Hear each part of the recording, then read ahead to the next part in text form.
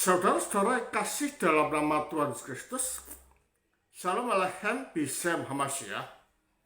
Ketemu dengan Romo Yohanes lagi di sore hari ini dalam pendakian rohani. Tema pada saat ini yang ingin Romo paparkan adalah tentang membelakangi dunia. Saudara, program Allah di dalam menciptakan manusia bukan keterikatan kepada jagat, tetapi keterikatan dengan Allah yang mengadakan dan yang menciptakan manusia dari ketiadaan menjadi ada. Makanya manusia dikatakan sebagai gambar Allah. Nah, sebagai gambar Allah, seperti halnya sering Romo tandaskan adalah selalu merefleksikan hubungan Allah dalam dirinya sendiri yang bersifat trinitarian. Artinya tidak ada cacat di dalam moral. Selalu mengasihi, selalu memperhatikan, selalu berbagi, dan juga terkait dengan orang-orang lain.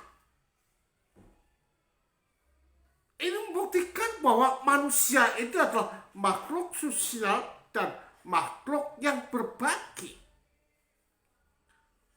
Manusia tidaklah dapat dikatakan manusia yang utuh dan lengkap tanpa kaitannya dengan manusia yang lain.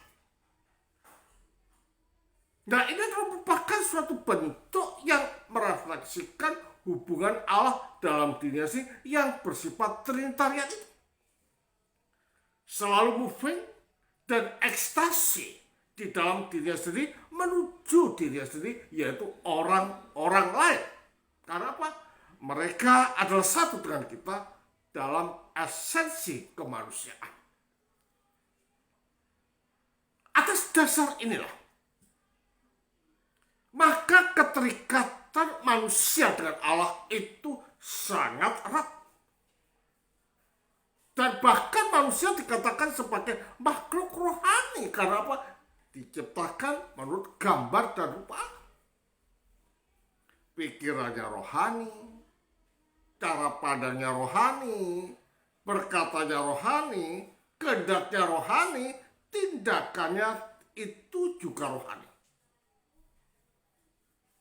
Kalau manusia sampai melakukan sesuatu yang bertentangan dari yang diprogramkan oleh Allah ini, maka manusia itu terpisah dan bahkan dikatakan tidak normal.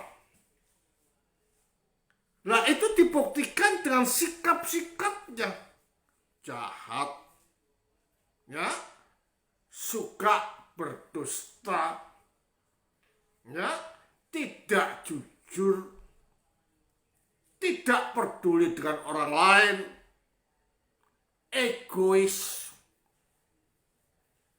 merasa di atas yang lain, dan bahkan kadang eksklusif, ingin hidup sendiri without relation with someone else. Ini semua adalah merupakan akibat daripada keterpisahan, keterisasian, dan juga keterputusan dari Allah. Bahkan lebih parah lagi, hidupnya hanya untuk nafsu dan nafsu dunia saja.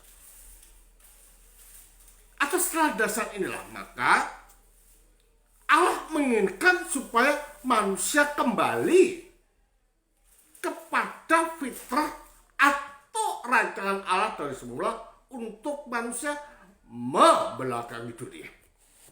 Nah, fakta inilah saudara, tidaklah heran kalau dikatakan oleh Danasuci Yohanes dalam memperkenalkan tentang langkah-langkah untuk mendaki kerohanian yang benar di hadapan Allah. Apa itu?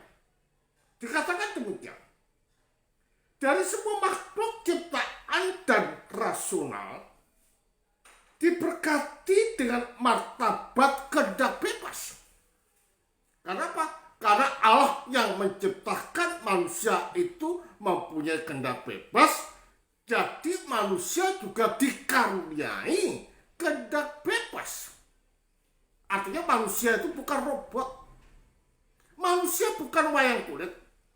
Tetapi manusia bisa menentukan hidupnya sendiri mengikuti Allah atau menentang Allah. Beberapa adalah sahabat Allah. Beberapa adalah hambanya yang sejati. Beberapa adalah hamba yang tidak berguna. Dan itu nyata sekali kalau kita lihat di dalam Lukas 17 ayat 10. Artinya apa? Artinya ada pilihan hidup manusia in between good and bad. We have to choose one of them. Oke? Beberapa sepenuhnya terasing dan ada beberapa yang untuk semua kelemahan mereka mengambil sifat menentang dia. Ini adalah merupakan kehendak bebas yang ada di dalam kalbu manusia. Jadi kalau demikian, yang menentukan surga dan neraka is not God, tetapi kita sendiri. Memisah dari Allah atau menyatu dengan Allah. Taat pada Allah atau menentang Allah. Nah, ini adalah penentuan kalbu kita. Tentu saja pernyataan yang ingin dimunculkan Jana Suci Yohanes dalam hati kita adalah aku yang mana?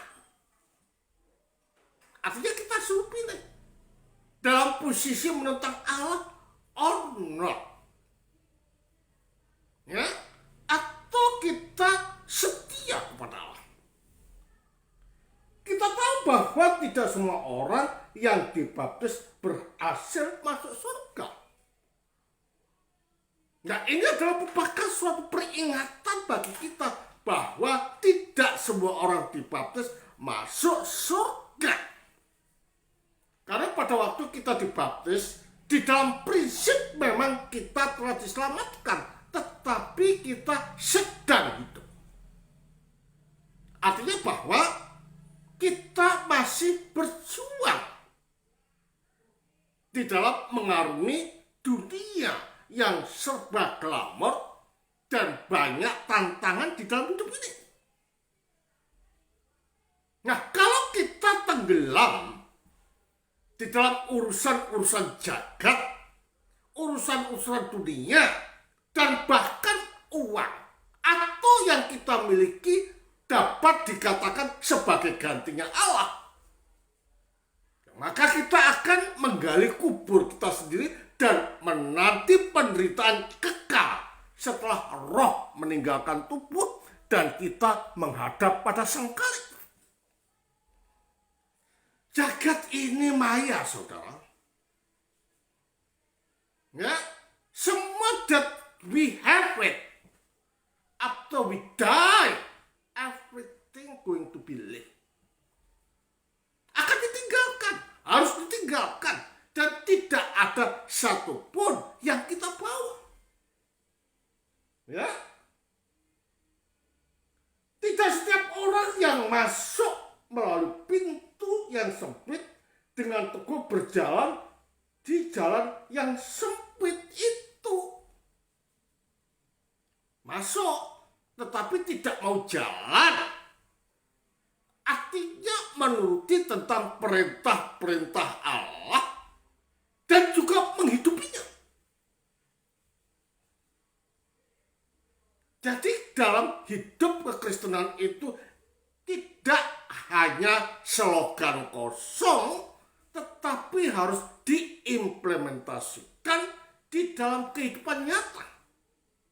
Termasuk puasa, termasuk mengasihi orang, termasuk memperhatikan orang, termasuk berbagi apa yang kita punya kepada orang lain, dan lain-lain sebagainya, serta menjauhi kejahatan, bohong, dan pamer diri. itu harus kita tinggalkan. Dan kita masuk di dalam laku suci. Dan laku suci inilah merupakan jalan sempit yang harus kita jalani.